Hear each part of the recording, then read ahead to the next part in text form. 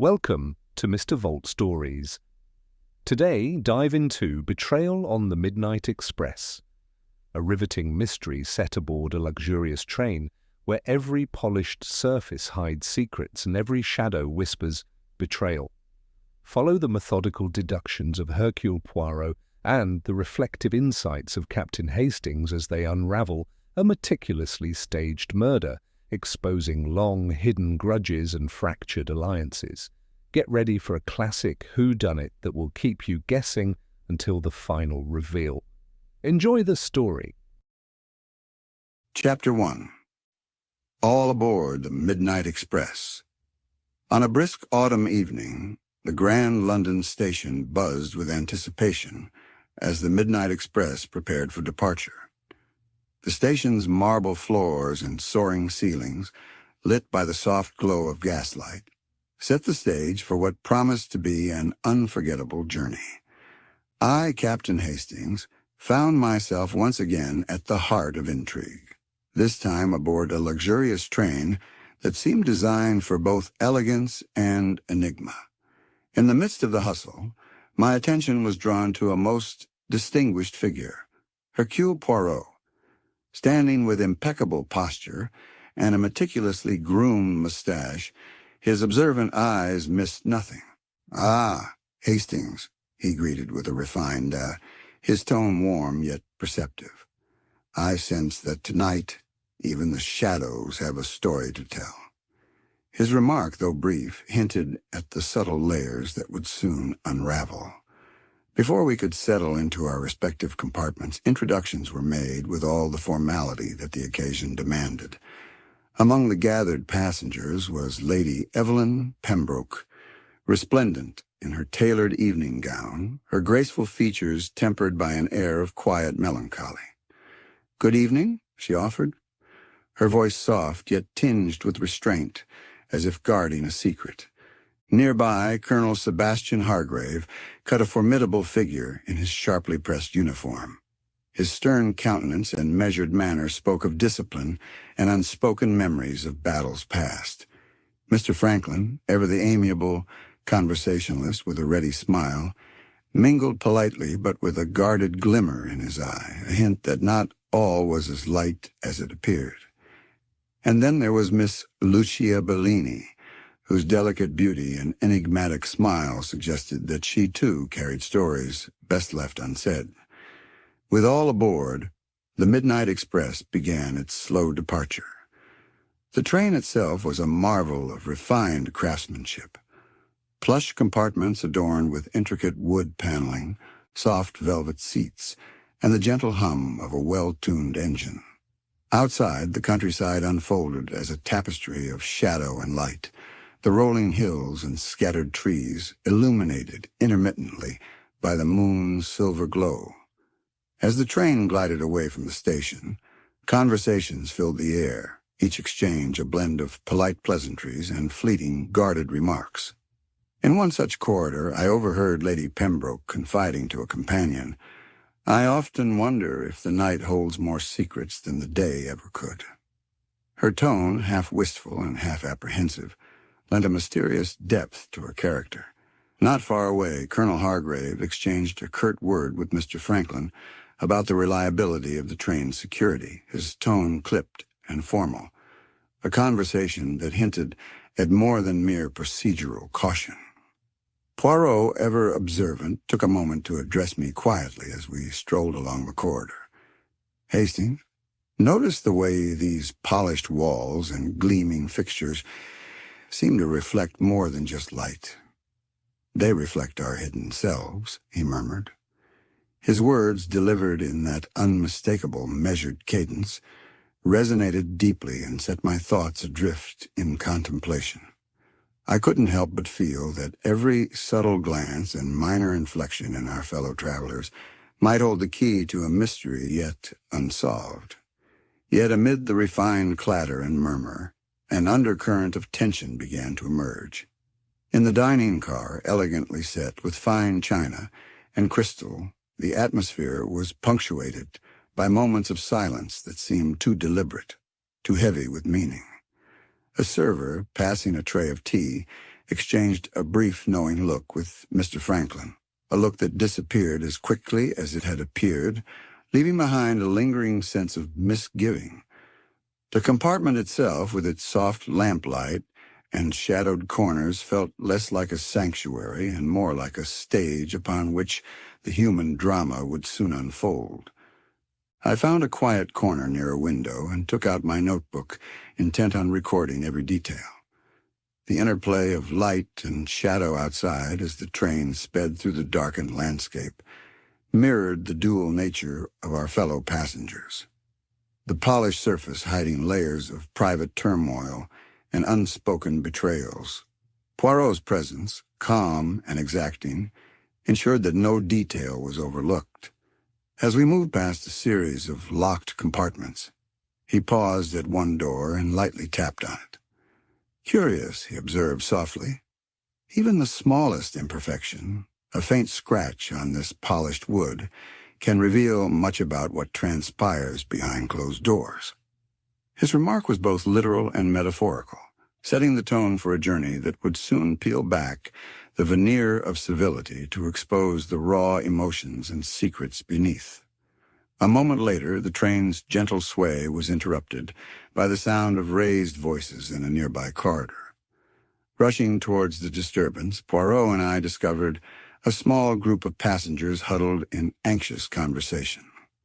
"There's been a misunderstanding," murmured one voice, while another retorted sharply, "It's hardly a misunderstanding when one's reputation is at stake."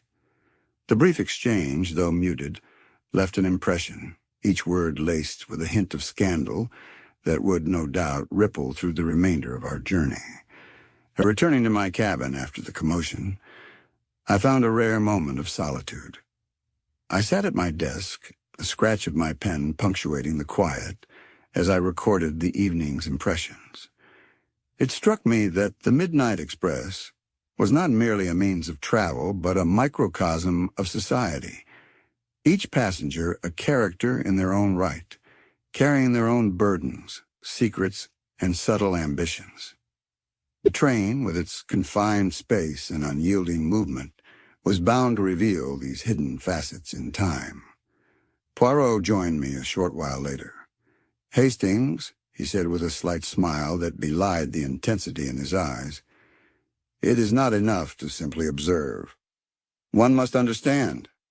Every gentleman, every lady aboard this train is a piece in a larger puzzle. A puzzle that time and fate will soon compel us to solve." His words, both reassuring and foreboding, made it clear that our journey was already pregnant with mystery. Before long, the gentle din of conversation resumed throughout the train as the night deepened. Conversations turned, however, toward more personal recollections, a shared memory here, a subtle accusation there. In the privacy of a well-appointed lounge, a hushed dialogue between Lady Pembroke and Colonel Hargrave revealed a shared history marked by regret and perhaps unspoken rivalry. "We all have our secrets," she whispered, her voice trembling slightly. "And sometimes those secrets find us when we least expect them." Hargrave merely nodded, his expression unreadable. But the brief moment of vulnerability hinted at a past far more complex than his rigid exterior would suggest. The scene was set: a train, a collection of individuals, and an atmosphere thick with promise and peril. The Midnight Express, elegant in every detail, was soon to become the stage for a mystery that would test the limits of human trust and expose the delicate interplay between appearance and reality. As the night wore on, the interplay of light, shadow, and whispered conversation carried an almost hypnotic quality. Every fleeting glance and every small gesture was laden with meaning. And though none of us could yet foresee the dark turn the journey would soon take, it was clear that the night held its breath in anticipation of the secrets it was about to reveal. In that moment, as I gazed out the window at the dark, rolling countryside, I felt a mingling of excitement and trepidation. The Midnight Express was not simply a vehicle of luxury. It was a crucible of human emotion and clandestine intent. And somewhere in the quiet spaces between conversation and silence, the seeds of mystery had been sown, destined to flourish into a tale of betrayal and retribution that would challenge us all. Thus began our journey, a journey marked by elegance, subtle suspense, and the ever-present promise that beneath the polished veneer of refined society, even the most unassuming souls could harbor secrets that would change everything. Chapter 2. Shadows and Whispers. As the Midnight Express gathered speed and the London night melted into a tapestry of shadow and silver, a quiet transformation took place within its elegant compartments. The train, once an epitome of refined travel, now seemed to pulse with a hidden heartbeat, a cadence of murmured secrets and subtle disquiet. I, Captain Hastings, found myself drawn into this world of whispered intimacies, where every corridor and every softly lit nook held the promise of concealed truths. In the softly illuminated dining car, the clink of fine china and gentle conversation had given way to an undercurrent of tension. The air was no longer filled solely with polite exchanges. Rather, it vibrated with half-spoken confidences and furtive glances. I observed Lady Evelyn Pembroke seated at a table near the window. Her graceful features were etched with a quiet apprehension. Over a delicate cup of tea, she confided softly to her companion, "There is a melancholy to the night, an unspoken sorrow, as if the darkness itself mourns secrets long hidden."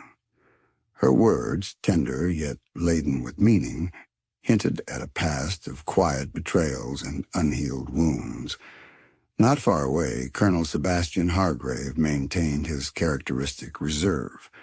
His uniform, crisp and impeccably neat, belied the subtle tension in his posture. I watched as he exchanged a few terse words with Mr. Franklin, whose genial smile now seemed a little too practiced. Franklin's polite nod and careful diction suggested he was guarding a truth behind the veil of easy charm. Their conversation was brief, a matter of protocol, but the air between them crackled with unspoken discontent. The train's corridors, bathed in the soft glow of vintage lamps, became silent witnesses to the lives unfolding within. As I strolled down a narrow passage, my footsteps echoing softly on the polished floor, I came upon a secluded alcove near the lounge. There, on a sumptuous settee, lay an envelope carelessly left behind. The envelope's simple, unadorned design and hurried handwriting immediately caught my attention. Opening it revealed a few lines scrawled in a trembling hand, a message of regret, and a mention of a betrayal that cut too deep. The note, cryptic yet poignant, was a reminder that in our world of genteel appearances, the truth was often whispered in fragments. Elsewhere, I encountered Miss Lucia Bellini in a quiet corner of the lounge. Dressed in a modest yet elegant ensemble, she seemed almost to shrink from the light, her eyes darting nervously as she spoke with a shadowy figure hidden from view. "I assure you," she murmured in a low tone that barely carried above the soft hum of the train, "sometimes the truth must remain unspoken." Her voice, a blend of resolve and regret, added yet another layer to the enigmatic tapestry of our journey. Poirot, ever the consummate observer, moved through these scenes with deliberate calm. His eyes, sharp and unyielding, took in every nuance. The slight tremor of Lady Pembroke's hand as she lifted her teacup, the brief flash of tension on Colonel Hargrave's brow when questioned by a fellow passenger, the furtive glances exchanged between Mr. Franklin and an unknown companion. "Hastings," he said softly as we walked together along the corridor, "the smallest detail, an errant word, a missed glance, may be the key to understanding the secrets that bind us all." His words, delivered with a gentle insistence, urged me to look deeper, to read between the lines of polite conversation and composed manners. The train's ambiance shifted subtly as the night wore on. In one of the smaller private compartments, I overheard a brief but intense discussion. A voice, scarcely louder than a whisper, spoke of an old grievance and a wrong that had never been forgiven. The words were too soft to discern clearly, yet the passion behind them was unmistakable. A reminder that beneath our civilized exteriors lay passions capable of igniting even the coldest of nights.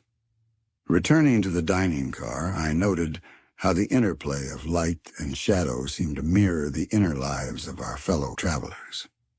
The soft glow from the ornate lamps cast gentle silhouettes on the walls, and in these shifting patterns I sensed hidden figures, memories of past betrayals, regrets that refused to fade. Even the gentle clatter of the train, a rhythmic cadence that usually consoled the weary, now carried an undercurrent of foreboding. In the midst of these quiet revelations, Poirot's investigative method shone through.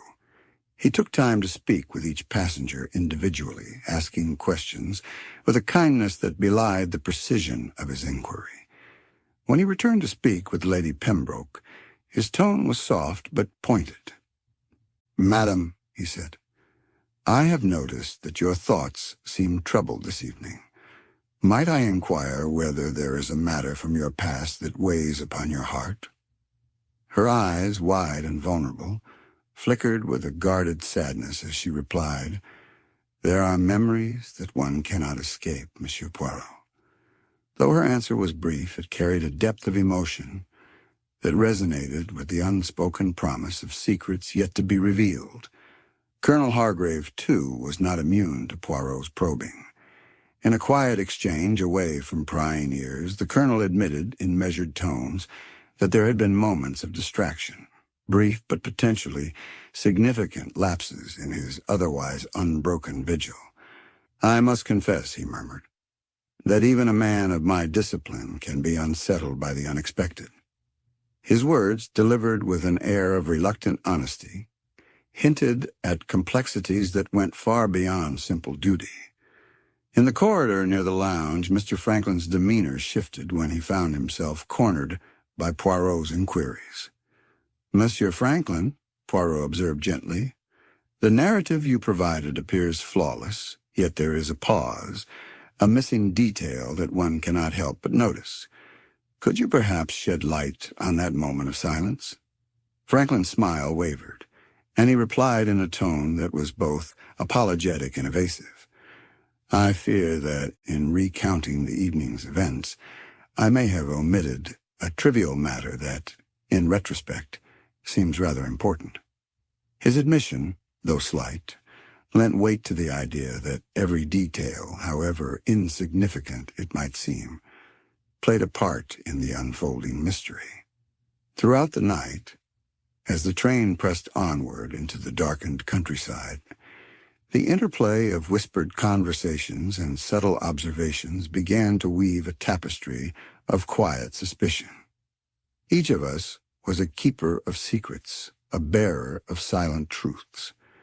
The Midnight Express, with its elegant facade and refined trappings, had become a crucible where our hidden selves were poised to emerge. As I retired to my cabin later that night, I reflected on the delicate balance of appearances and the ever-present possibility that behind every courteous smile lay a shadow of treachery. I scribbled in my notebook, my thoughts meandering through the events of the evening, the soft-spoken confessions, the furtive glances, the hesitant pauses that suggested a deeper narrative beneath our composed exteriors. Poirot's parting words that night echoed in my mind. "The truth, dear Hastings, is not always found in loud proclamations, but often in the quiet spaces between words. Listen carefully, and you will hear it in the silence." His wisdom, gentle yet profound, underscored the promise that even in the most genteel of settings, The murmur of secrets and the whisper of betrayal were never far from the surface. Thus, as the Midnight Express carried us further into the night, its passage marked by the rhythmic pulse of the rails and the quiet murmur of hidden lives, I understood that our journey was just beginning.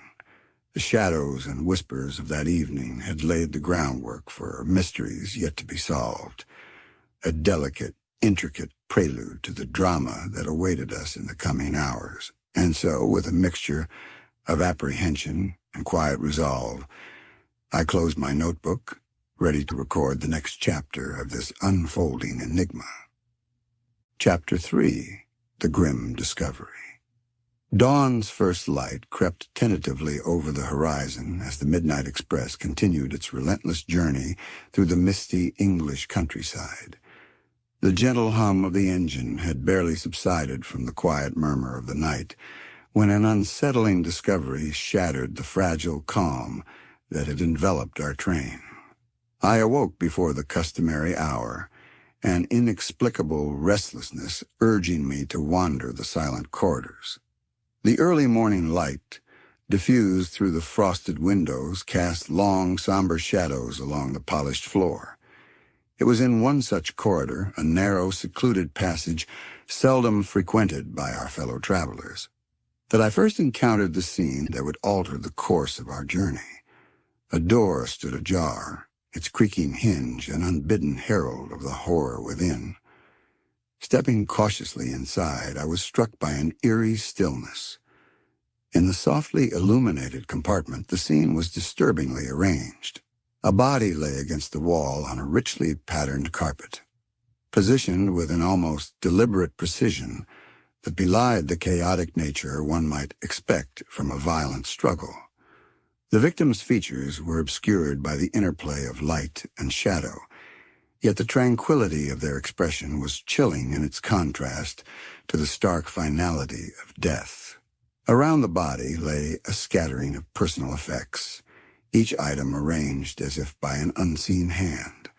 Among these was a delicately embroidered handkerchief, a set of keys catching the early light, and most curiously, a silver pocket watch. The watch's face was frozen in time, its inscription an enigma that promised a hidden message. Even in death, it appeared to be a silent testament to something calculated, something meant to communicate beyond mere coincidence. I withdrew, mindful not to disturb the scene further, and sought out Hercule Poirot with urgent purpose. In the soft glow of the lounge, I found him seated quietly, his gaze distant yet attentive. "Hastings," he murmured, rising with a calm resolve that belied the gravity of the moment. "It appears that fate has conspired to present us with a challenge of the highest order." His voice, measured and soft, carried a hint of anticipation, a subtle acknowledgment that each detail would soon form part of a larger puzzle. Poirot accompanied me back to the compartment. His eyes, so adept at discerning the minutiae, immediately fell upon the silver pocket watch. With gloved fingers, he turned it slowly as if reading its secrets aloud. "Mon ami," he said quietly, "every object here has been placed with intent. This is no accident. It is the work of a mind that wishes to communicate through symbolism." His observation lent a weight to the scene that was both clinical and profoundly unsettling. The discovery of the body rippled swiftly through the train. One by one, our fellow passengers emerged from their private quarters, their expressions a mixture of shock and restrained anxiety. In the dining car, whispers grew into murmurs, and those previously engaged in light conversation now exchanged furtive glances and muted words. Lady Evelyn Pembroke's refined composure faltered as she absorbed the news, her eyes reflecting both disbelief and a deep sorrow. Even Colonel Hargrave, normally a bastion of stoicism, allowed a flicker of vulnerability to cross his features. Poirot immediately set about preserving the sanctity of the scene. He instructed the train staff with quiet authority to secure the compartment, ensuring that no evidence would be disturbed. His words, calm and precise, carried the weight of inevitability. Every detail, however minute, is a clue. We must protect them as one would guard a precious secret. With the room cordoned off, Poirot and I began a thorough examination. The arrangement of the victim and the placement of each item were scrutinized with a meticulous attention to detail.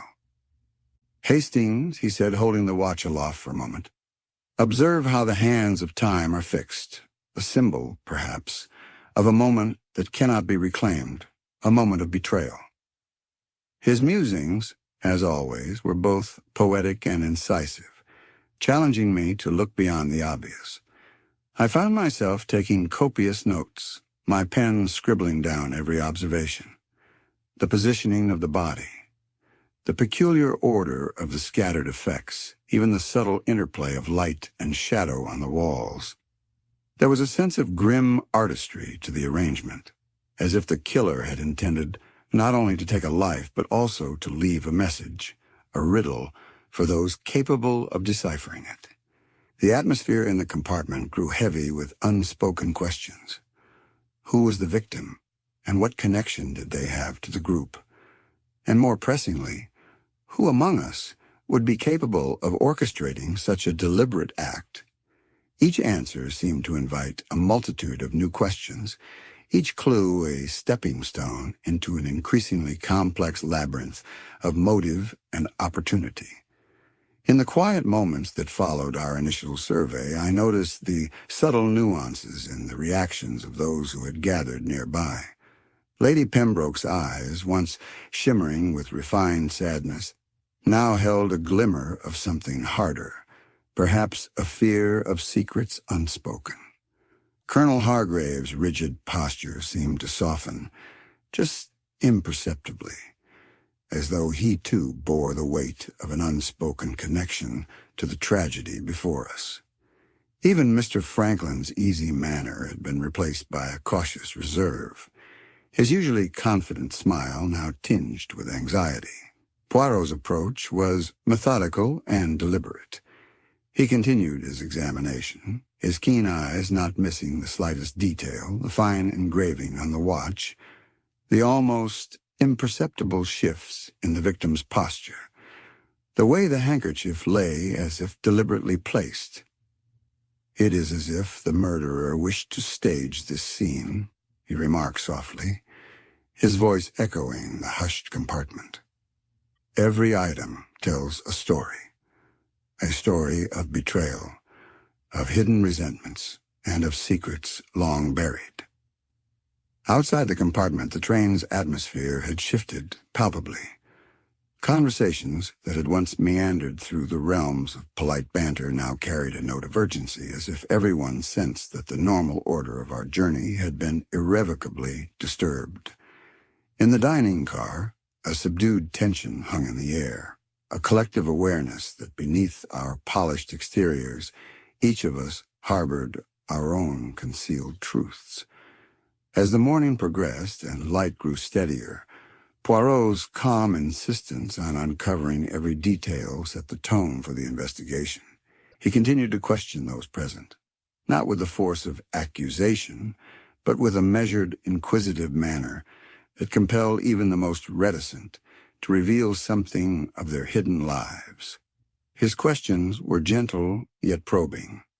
Was there any sound, any disturbance in the corridor at the break of dawn? Or did anyone notice an unusual absence, a moment when someone was not where they claimed to be? Each inquiry, though simple, was laden with implications that pressed each passenger to reconsider their own recollections. I, too, found myself drawn into the inquiry. With my notebook as a confidant, I recorded every detail. The tone of a whispered conversation, the fleeting hesitation in a reply, the way a hand trembled as it adjusted a cuff or reached for a glass of water. Each observation was a piece of the puzzle, a hint at the larger truth that was beginning to unfurl before our eyes. In that space where life and death converged in a quiet, unyielding tableau, the reality of the situation sank in with a solemn inevitability. The meticulously staged scene was not only a murder, but a deliberate act of communication, a message from a person driven by a passion and pain that had found no outlet until now. It was clear that the unfolding tragedy was as much about the revelation of secrets as it was about the cessation of a life. As the train moved steadily onward, carrying us further from the familiar lights of London, the compartment where the grim discovery had been made stood as a stark reminder that beneath the veneer of refinement, danger, and treachery often lay hidden. Poirot's calm determination, coupled with my own diligent recording of each detail, set the stage for what was to come, a quest for truth that would demand every bit of our courage, insight, and resolve. In the quiet moments after our initial survey, as the train resumed its steady rhythm, I couldn't help but feel that this was merely the opening act of a far greater drama. The silence of that compartment, the deliberate arrangement of objects, and the haunted expressions of our fellow travelers spoke of deep secrets and unresolved conflicts. And as I closed my notebook, my mind teeming with questions and possibilities, I realized that our journey on the Midnight Express had irrevocably changed course.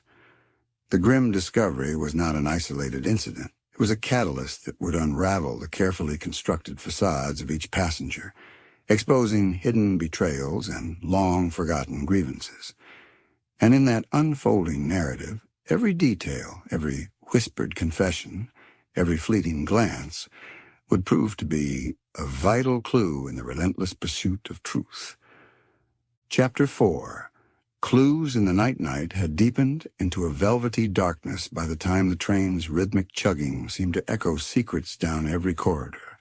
The Midnight Express, once a haven of refined travel, now carried an undercurrent of unease, its elegant interiors transformed into a stage for furtive exchanges and hidden confessions. In that subdued light, every shadow appeared to whisper hints of betrayal, and every glint of polished wood concealed a silent clue. Poirot had taken command of the investigation with a quiet authority. His measured footsteps through the softly lit corridors were almost meditative as he observed, noted, and questioned.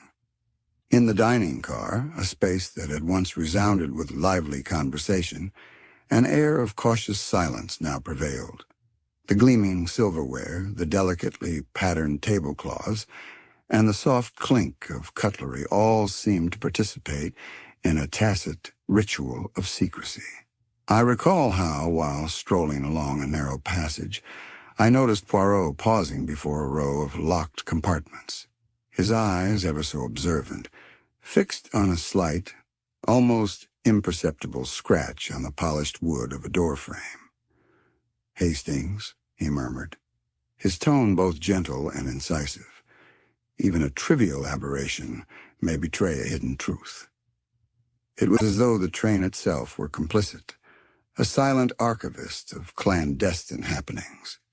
In the lounge, a few passengers had gathered in small clusters, their conversations hushed and laden with double meanings. Lady Evelyn Pembroke, her elegance now tinged with a fragile apprehension, was engaged in quiet dialogue with a close acquaintance. "I fear the night conceals more than just shadows," she whispered, her voice trembling as if reluctant to reveal a truth too heavy to bear. Her eyes, glistening momentarily under the soft glow of a lamp, hinted at a past marred by unresolved grievances. Not far away, Colonel Sebastian Hargrave maintained his usual composure. Yet even he could not fully mask the subtle tension that flickered across his stern features. Poirot, ever meticulous, took him aside in a secluded corner. "Colonel, your account of your movements remains impeccable on the surface," Poirot began, his measured tone.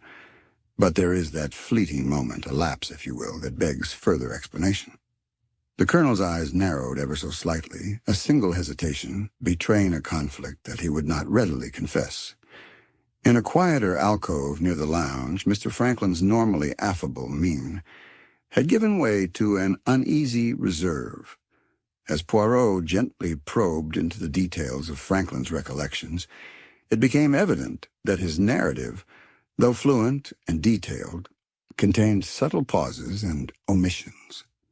"Monsieur Franklin," Poirot said softly, "there appears to be an unaccounted interval in your recollection. Could you perhaps shed light on that moment?" Franklin's smile faltered, and his eyes shifted nervously as he offered an explanation that seemed rehearsed, his tone betraying a note of uncertainty. Perhaps the most enigmatic figure during this nocturnal inquiry was Miss Lucia Bellini. Seated by a window, her gaze was fixed on the darkness outside as if searching for answers in the unyielding night. In a hushed conversation with an unidentified companion, a voice barely audible over the ambient hum of the train, she admitted, "There are moments when one cannot trust even one's own perceptions." Her words, laden with both regret and quiet resolve, suggested that the conversation near the victim's door held secrets that were not meant for public disclosure. Poirot's gentle, probing questions later would underscore that her reticence was not merely a product of fear, but perhaps a deliberate attempt to conceal a deeper truth. Throughout the night, as the train's steady cadence provided a relentless backdrop, every corridor and compartment became an archive of details waiting to be decoded. I found myself wandering the quieter parts of the train, notebook in hand, recording each observed nuance, the slight tremor in a hand, the measured pace of a step, the hesitant inflection in a whispered reply. Even the interplay of light and shadow across the rich wood paneling seemed to suggest the presence of unspoken narratives, the silent testimony of lives burdened by secrets. Poirot's method was both gentle and unyielding. In one memorable instance, he gathered a small group in an intimate sitting room. "Every clue," he explained, "is like a delicate brushstroke on a vast canvas of deception. A mislaid handkerchief, a fragment of fabric, or even an inconspicuous sound can be as telling as any overt confession." His words resonated with the certainty of a man whose little gray cells worked tirelessly to piece together a puzzle that was as intricate as it was damning. The train's atmosphere itself seemed to shift as the night deepened. In one of the private compartments, I happened upon a brief yet intense conversation between two passengers. One, speaking in barely a whisper, recounted an old grievance, a score to be settled, perhaps, that had long festered in the depths of memory. Though I could not discern every word, the passion in the speaker's tone was unmistakable, hinting at resentments that might one day ignite into full-blown conflict. In the dining car, the ambient light played across faces etched with quiet apprehension. The ordinarily bright laughter of earlier hours had given way to reflective silences, punctuated occasionally by an exchange of knowing glances. It was in these moments of unguarded vulnerability that the true character of each passenger began to emerge, a complex tapestry woven from threads of past betrayals, private griefs, and the unspoken promise of retribution. As the hours passed, Poirot continued his discreet inquiry. With each encounter, he appeared to gather not only physical evidence, but also the intangible impressions, the body language, the fleeting expressions, the subtext of every conversation. "Hastings," he confided later in a quiet moment, "the truth often resides in what is left unsaid, the pauses, the hesitations, the spaces between words. Listen, and you shall hear it in the silence." His words, delivered with both warmth and gravitas, compelled me to look deeper, to see the hidden layers beneath the veneer of polite civility. And so, as the midnight express pressed steadily onward through the inky darkness of the countryside, The clues of that fateful night began to accumulate like fallen leaves along a winding path. Each whispered conversation, every furtive glance, and all the subtle details we had recorded would, in time, form the intricate mosaic of a mystery that threatened to upend the very order of our lives. In the quiet of that long, somnolent night, I felt the weight of impending revelation, a sense that the polished facade of our journey was merely a prelude to the storm of truths waiting to be unleashed. The delicate balance between light and shadow, truth and deceit, had been irrevocably disturbed, and as I closed my notebook, my thoughts heavy with the significance of every observed nuance, I knew that each moment of silence and every subtle gesture was a vital piece in the vast, unfolding puzzle. The night, with all its whispered secrets and hidden clues, had set the stage for what was to come, a relentless pursuit of truth, a journey into the heart of betrayal, and a slow, inexorable march towards the unraveling of deception. And within that silent, ever-moving train, it was clear that every detail, no matter how insignificant it might seem, had a story to tell. Chapter 5. The Labyrinth of Deceit. The following day dawned with an unspoken heaviness that seemed to seep into every carriage of the Midnight Express. The grim discovery of the previous morning had unsettled not only the spirit of our journey, but also the very essence of our collective camaraderie. In the wake of that sorrowful event, Hercule Poirot and I, Captain Hastings, set about piecing together the fractured narrative of our fellow travelers.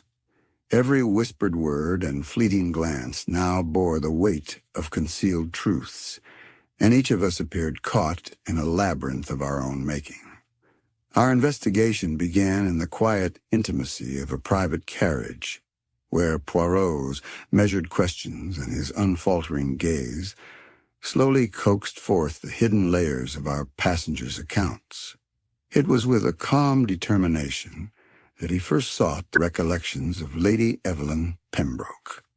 Seated by a window that offered a muted view of the awakening countryside, she appeared as delicate and mysterious as ever. "Madame Pembroke," Poirot inquired softly, "could you recount your movements in those early, solitary hours? Every detail, however trivial it may seem, might prove significant." Her eyes, shimmering with a mixture of sorrow and cautious resolve, lingered on the distant horizon as she replied in a hushed tone. "I was in my cabin with a book. Then I wandered briefly along the corridor to clear my thoughts. The silence of the train was, at that moment, almost oppressive. Though her words were composed, the tremor in her voice hinted at a deeper, unspoken anguish, a secret perhaps intertwined with past betrayals that she would neither confirm nor deny. Not long after, Colonel Sebastian Hargrave was gently ushered into a quieter corner of the train. His military bearing was as impeccable as ever, yet under the steady scrutiny of Poirot's questions, the veneer began to show cracks. "Colonel," Poirot observed, his tone both respectful and probing, "you mentioned that you were stationed in the corridor near the victim's compartment. Yet an observer noted a brief absence on your part, a moment when your duty seemed, for a heartbeat, divided. Could it be that your attention was caught by something unexpected?" Hargrave's stern features tightened, and for a fleeting moment his eyes betrayed a glimpse of internal conflict.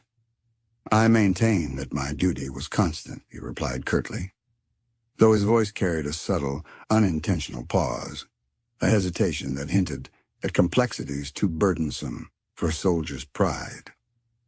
Our next interview brought us to Mr. Franklin, a gentleman whose genial nature had always been a source of light in our midst.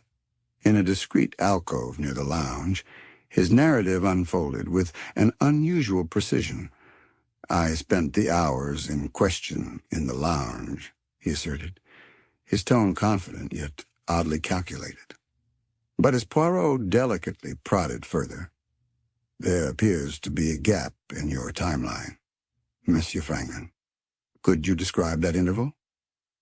A shadow of uncertainty crossed his features. His smile wavered, and his reply became mired in vague references to a moment of unobserved solitude. It was as if his carefully constructed story had faltered, revealing a gap that might conceal more than mere forgetfulness. Perhaps the most intriguing was Miss Lucia Bellini's account. In a quiet corner away from prying eyes, she admitted almost reluctantly to having conversed with a man near the victim's door shortly after the discovery was made. "I felt compelled to speak with him," she murmured, her eyes darting away as if to shield herself from the scrutiny of the gathering. "He spoke of past wrongs, of a betrayal that has haunted him for years." Her voice, barely above a whisper, carried both regret and an unmistakable trace of bitterness.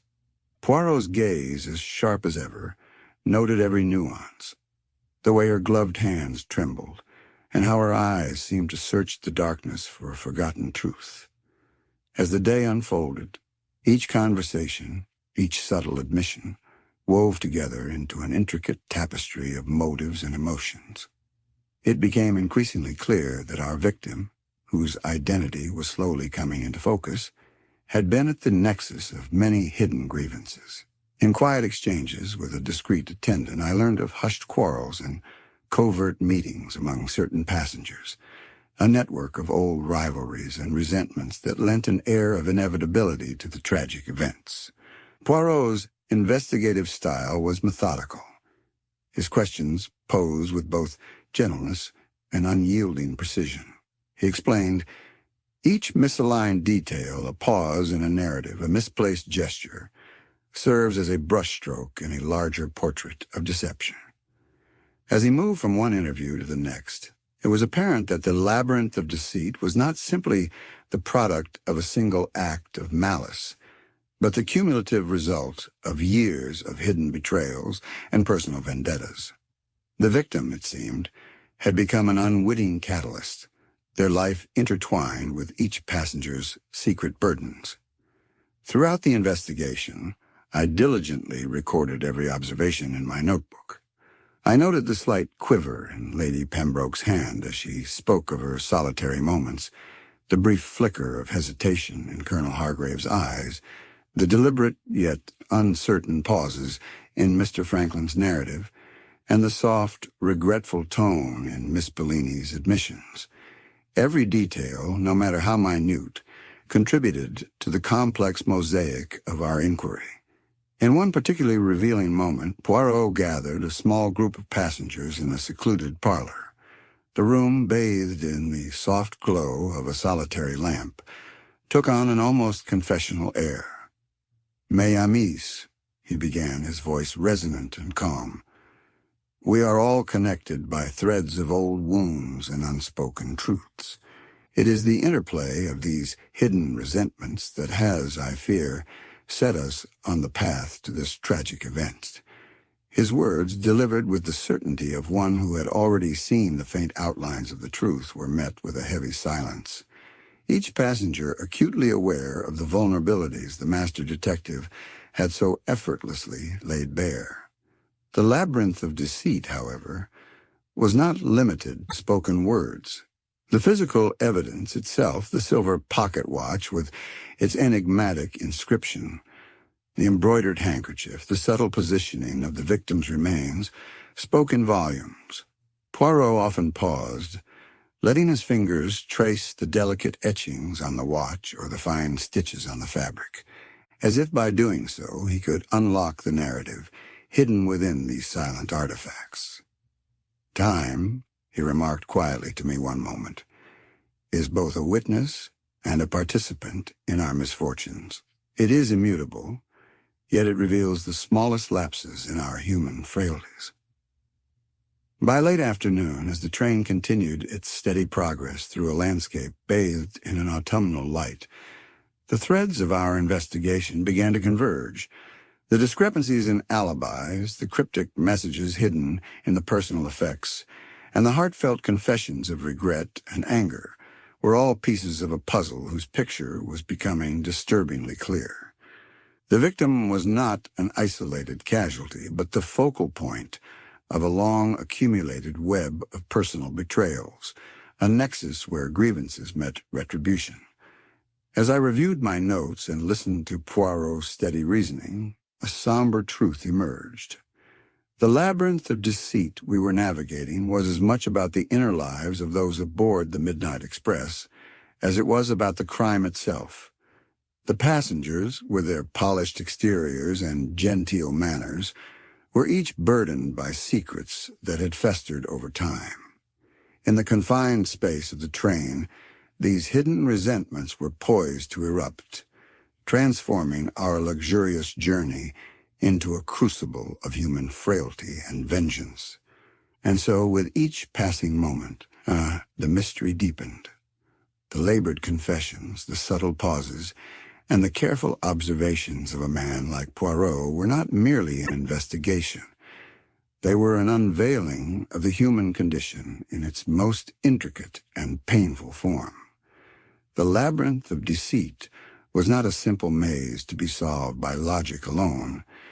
It was an exploration of the dark recesses of the heart, where trust had been betrayed and time had left its indelible mark. As twilight approached once more, the train's corridors, filled with both light and lingering shadow, bore silent witness to our unfolding inquiry. I closed my notebook that evening with a heavy heart, aware that every whispered secret, every gap in a recollection, had now become a stepping stone toward the inevitable reckoning. The labyrinth of deceit had many twists and turns, and we were only beginning to grasp the extent of the betrayal that had led to our present sorrow. In that quiet, contemplative moment, the gravity of our task became unmistakable. The path to the truth lay not only in the meticulous piecing together of facts, but also in the courage to confront the hidden sins within our own souls. And so, as the Midnight Express pressed onward into the deepening dusk, the pursuit of truth carried with it both the promise of justice and the poignant reminder that every heart has its secrets, secrets that, when left unspoken, can transform even the most refined journey into a tragic saga of human frailty. Chapter 6. Unmasking the Illusion. As dusk yielded to the velvety embrace of night, the Midnight Express seemed to glide through the darkness with a quiet certainty, its rhythmic chug a steady heartbeat amid the unfolding enigma. In the subdued glow of ornate lanterns and the soft flicker of gaslight, Hercule Poirot resumed his careful work, this time with renewed purpose. The earlier interviews had laid bare cracks in our collective alibis, and now the task was to strip away the carefully constructed illusions that each passenger had so diligently maintained. I remember Poirot's measured steps as he walked along the polished corridors, his eyes fixed upon the interplay of light and shadow that danced upon the walls. "Hastings," he said quietly at one point as we strolled past a row of elegantly carved doors, "it is often in the subtle gaps, the hesitation in a word, the pause in a narrative, that truth begins to reveal itself." His tone was both gentle and insistent, a reminder that beneath our civilized exteriors lay a web of secrets waiting to be unraveled. That evening, the train's common lounge had been transformed into a makeshift confessional.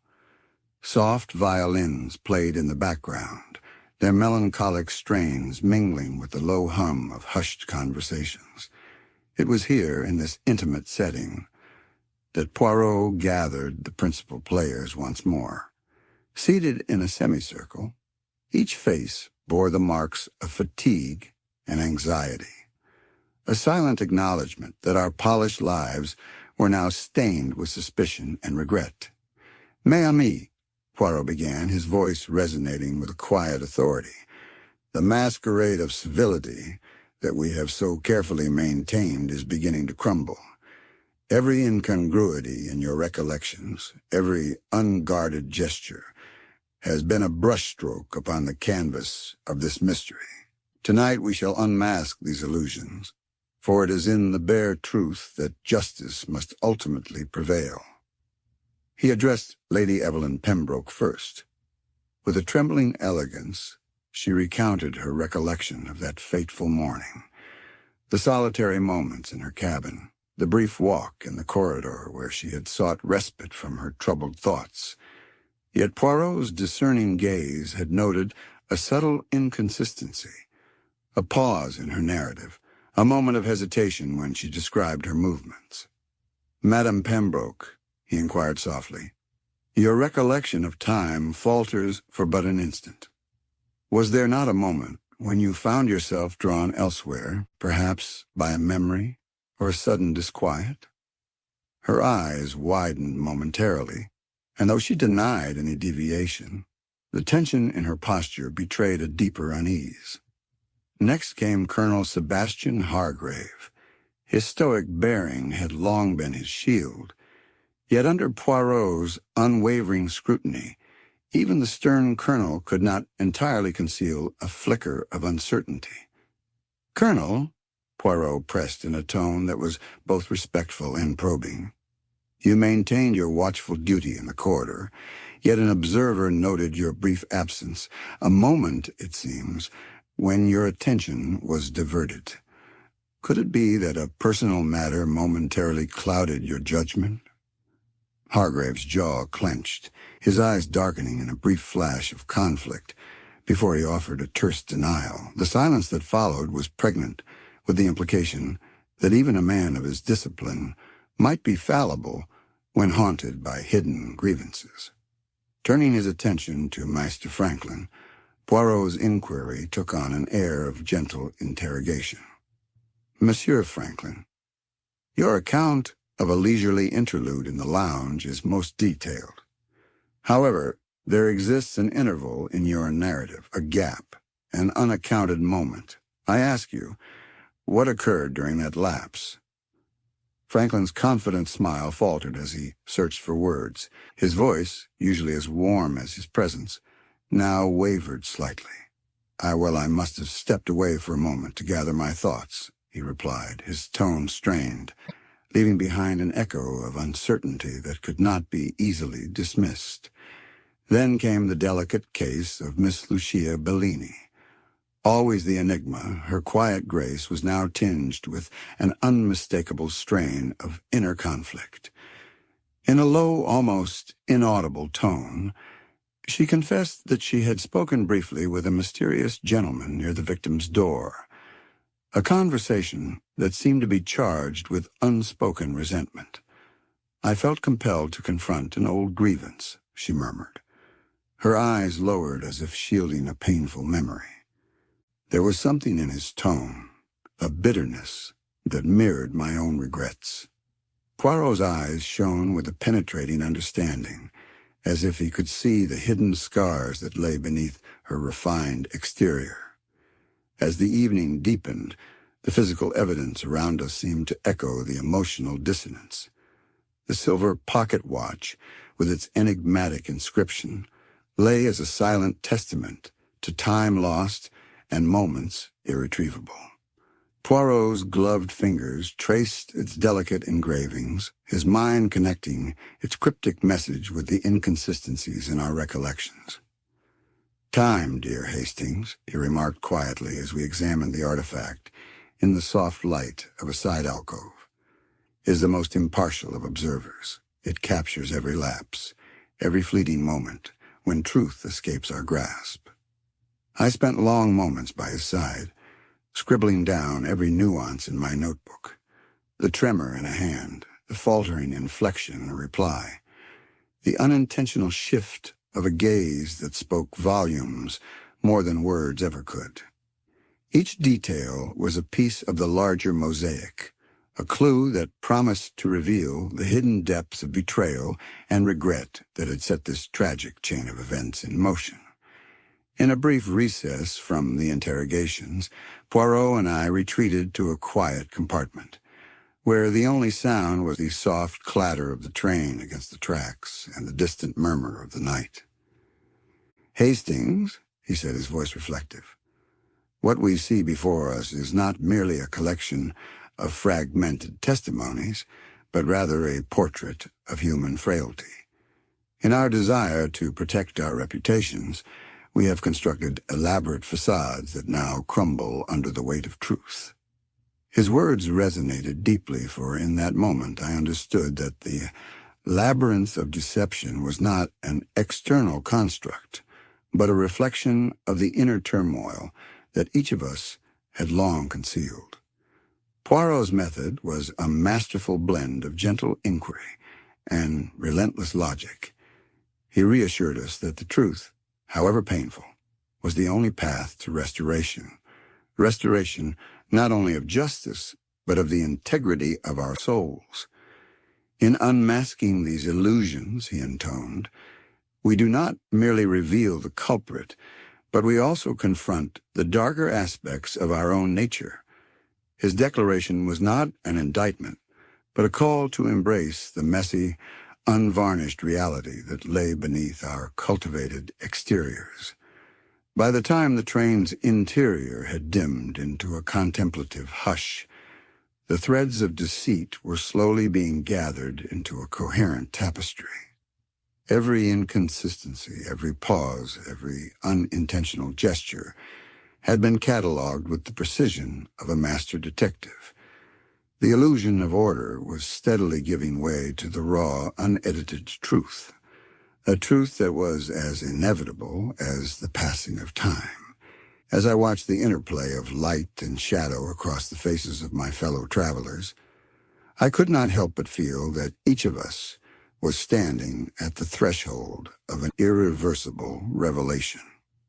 The journey of the Midnight Express, once marked by elegance and refinement, had transformed into a solemn pilgrimage toward self-discovery and, ultimately, retribution. In that quiet, reflective moment, as the train hurtled through the darkened countryside and the silence pressed in around us, I understood that Poirot's pursuit of truth was not only about unmasking a murderer.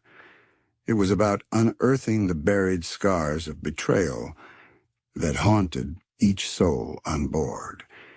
The illusions we had so carefully constructed were now laid bare, and in their place, only the stark, unadorned reality remained. Thus, as the night deepened into a profound stillness, the task of unmasking the illusion became our shared burden, a burden that promised both catharsis and the inevitable confrontation with the truths we had long sought to hide.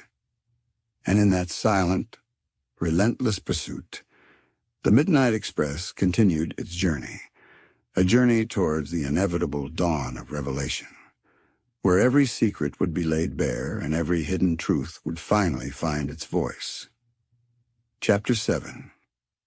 The gathering of the suspects. Under a vast, ink-dark sky, the Midnight Express rolled steadily onward, its rhythmic clatter underscoring the tension that had been building for days.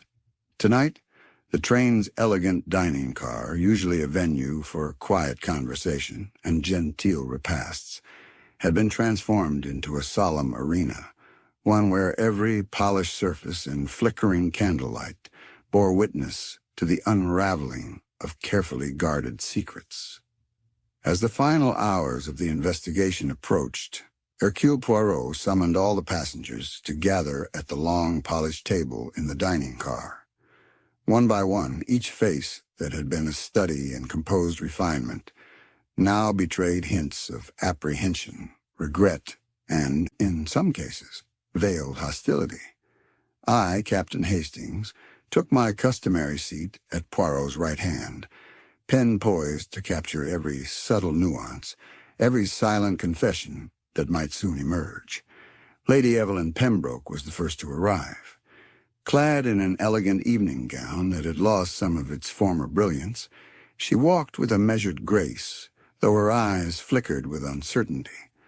Not far behind, Colonel Sebastian Hargrave strode in with military precision. His posture remained impeccable, yet the set of his jaw suggested that his inner resolve was faltering under the weight of the evening's revelations. Mr. Franklin entered next, his usually warm smile replaced by a tight-lipped expression and a hint of nervousness. Finally, Miss Lucia Bellini appeared, her delicate features shadowed by an expression of quiet sorrow, as if every step she took was burdened by a secret too painful to fully voice. Poirot rose from his seat at the head of the table, his presence commanding immediate attention.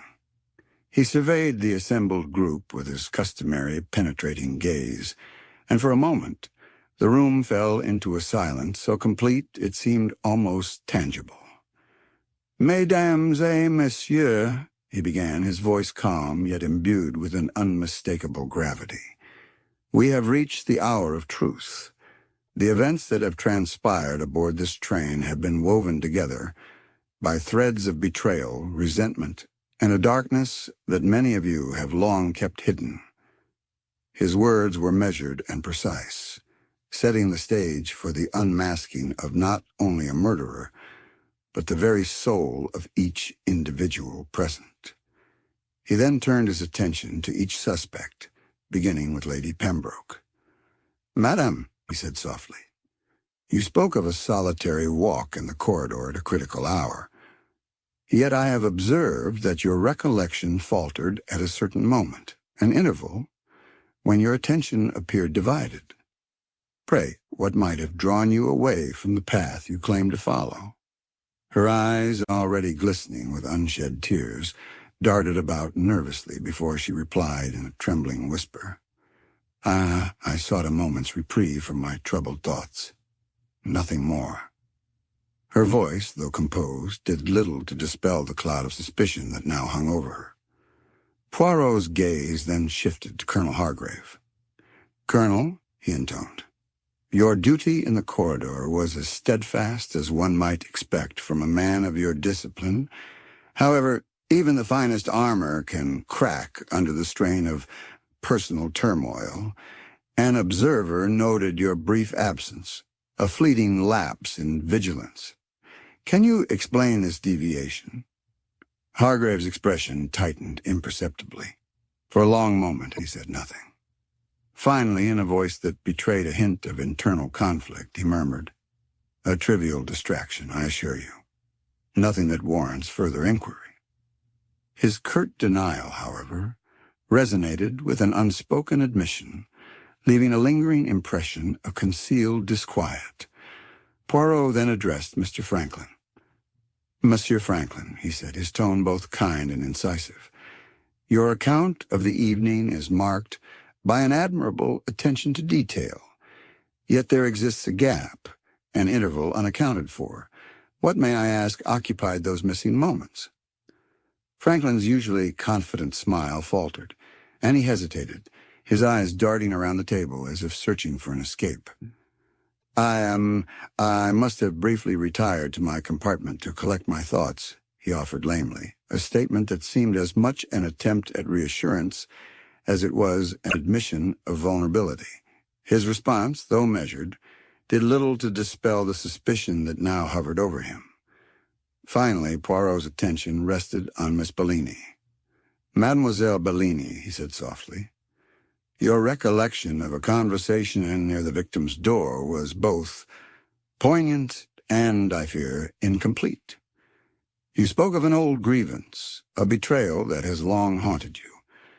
Would you care to elaborate on the nature of this conversation?" Her eyes fell to the table, and after a long, hesitant pause, she replied, "There are matters of the heart that defy simple explanation. I merely stated what needed to be said. The rest I wish to remain unspoken." The softness of her tone, combined with the unmistakable tremor in her hands, betrayed a deeper sorrow, a hidden wound that might well be the catalyst for the tragedy that has now come to light. As Poirot methodically recounted the events of that fateful night, he interwove each testimony with a series of observations drawn from the physical evidence, the silver pocket watch with its inscrutable inscription, the embroidered handkerchief, the precise arrangement of the victim's personal effects. Every object, he declared, speaks a language of its own. This watch, frozen in time, reminds us that even the most fleeting moments are etched in eternity. It is not by chance that these clues have converged upon us this night. His words resonated in the silence that followed, and for a moment the collective facade of composure dissolved, leaving raw emotion in its wake. Lady Pembroke's eyes shimmered with unshed tears. Colonel Hargrave's stern features gave way to a palpable inner conflict.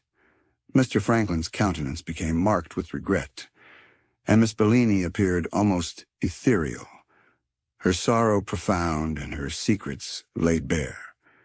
In the midst of this charged silence, Poirot's voice rose once more, gentle yet unyielding.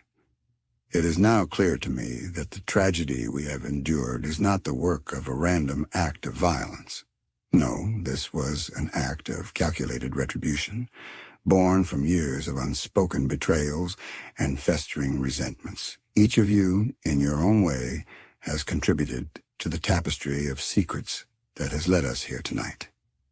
His declaration was not meant to cast blame indiscriminately, but rather to illuminate the interconnectedness of your lives, the hidden threads that, when pulled, had unraveled the very fabric of trust among you.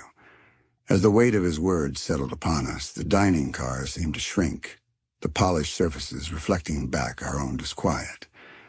The silence that followed was heavy with contemplation, as if each soul present was forced to confront the darker aspects of their nature.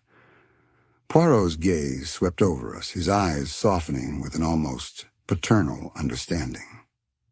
Truth, he continued, is a burden that we all must bear. It is through the unmasking of our own deceptions that we may find the courage to atone for our past transgressions. In that moment, the veneer of civility was stripped away completely. Accusations, once unspoken, now lingered in the charged air.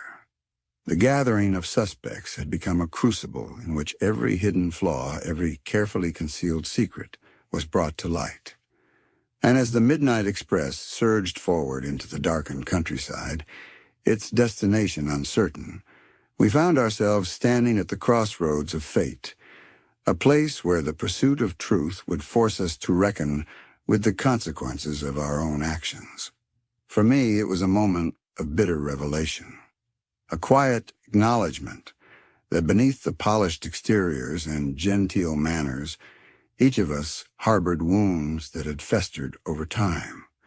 And as I recorded the scene in my notebook, I could not help but feel that the journey on this train was no longer one of mere travel, but a profound expedition into the human soul, where every whisper, every unguarded glance was a step toward an inevitable reckoning.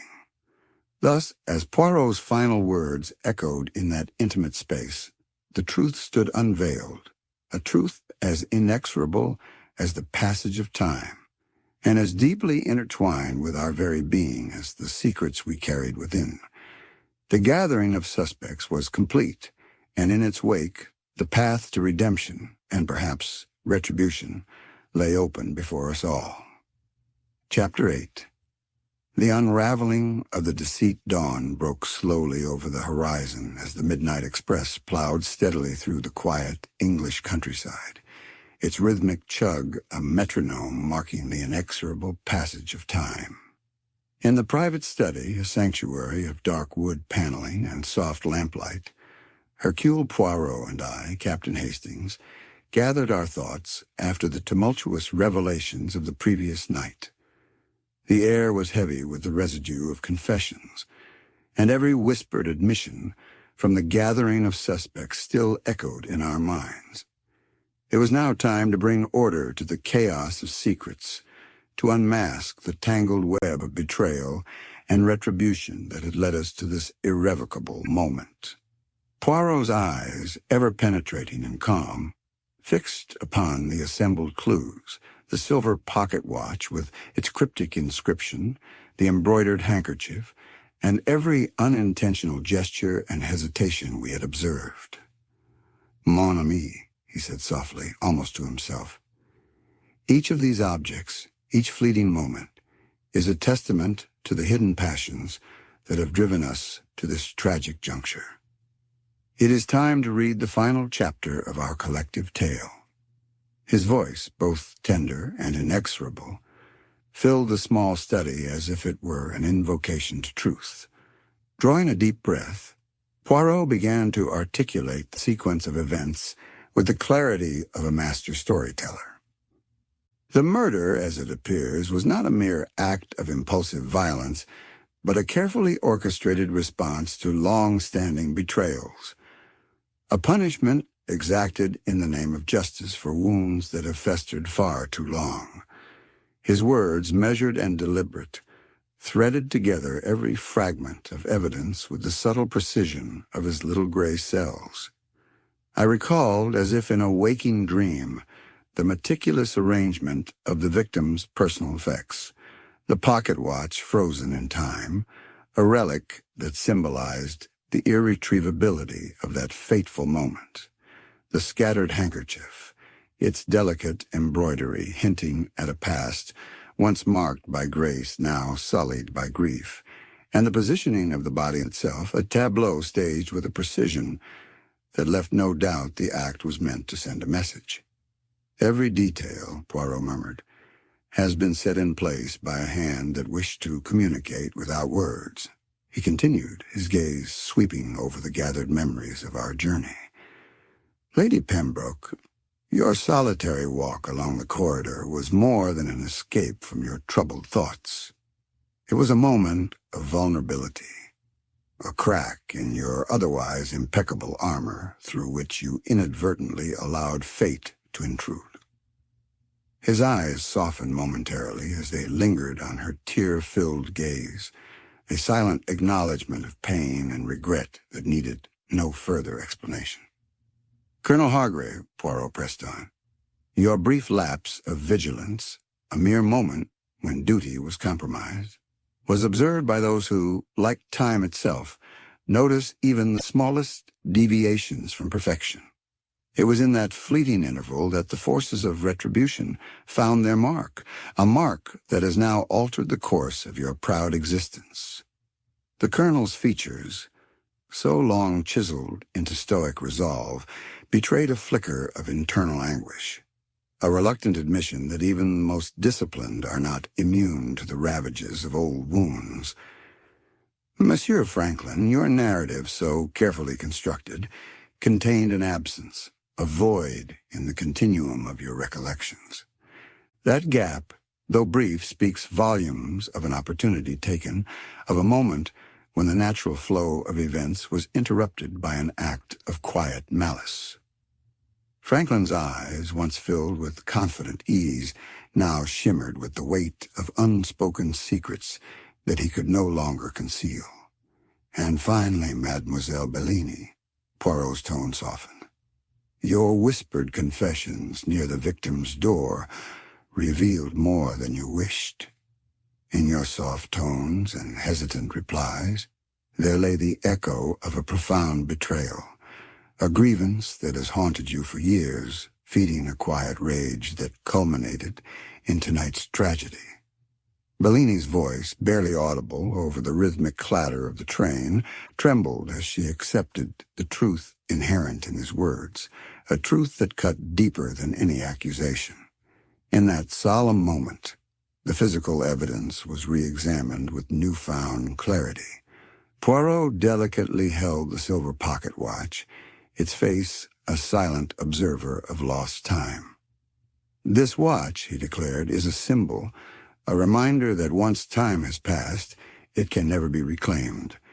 It is as if the hands of the clock froze at the moment of our undoing, capturing the exact instant when retribution began its relentless march."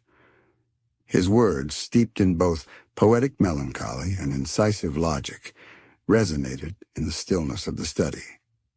The study, with its heavy drapes and the soft glow of lamplight, became a confessional where every piece of evidence, every whispered doubt, was laid bare. I scribbled furiously in my notebook, recording the final synthesis of our investigation, the gaps in alibis, the subtle discrepancies in recollections, the emotional fissures in each of our defenses. It was as if, in unison with Poirot's deductions, the puzzle pieces clicked into place, revealing a picture of human frailty and the dark inevitability of vengeance. Truth, Poirot intoned slowly, is an uncompromising force. It does not bend to our desires or our illusions. It emerges from the interplay of our actions and the silent testimony of time. In unmasking these hidden truths, we do not merely expose a murderer. We confront the darker aspects of our own nature. His gaze, piercing yet compassionate, swept over us as though inviting each one to acknowledge the personal betrayals that had led to this irrevocable moment. The silence that followed was profound, a silence heavy with realization and the quiet acceptance of inevitable consequence. Outside, the train continued its steady journey through the awakening countryside, a moving metaphor for the inexorable march of time and fate. Inside, the truth had been distilled from a complex tapestry of emotions and secrets, a truth that was as bitter as it was necessary. Poirot's final words, spoken with an air of somber finality, reverberated in the hushed study. Let it be known that in the pursuit of personal justice, we risk losing ourselves. The price of retribution is the shattering of the very trust that binds us together. Tonight we stand at the precipice of redemption, a redemption that may yet restore order, but not without the scars of our transgressions. His declaration was a call to both accountability and reconciliation, a reminder that while justice must be served, it is also a path to healing, however steeped in sorrow that journey may be. In that moment, as I absorbed the magnitude of Poirot's exposition, I felt a mingling of relief and despair. The web of deceit had been unraveled, its tangled threads laid bare before us like the lines on an old map, leading to hidden treasures and painful truths alike. The Midnight Express, once a vessel of elegant travel and genteel conversation, had become the crucible in which our deepest secrets were exposed, our illusions shattered, and our true selves revealed. Thus, as the first light of day began to filter through the window, the final chapter of this dark saga was written in the silence of the study, a chapter marked by the inexorable truth that even the most carefully constructed facades cannot withstand the relentless pursuit of justice. In the quiet aftermath, as each of us grappled with the unveiled truth and the personal cost of our hidden transgressions, I understood that this journey had forever altered us. The scars of betrayal might fade with time, but the memory of this moment, of the night when all illusions were stripped away, would linger as an indelible testament to the complexities of human nature.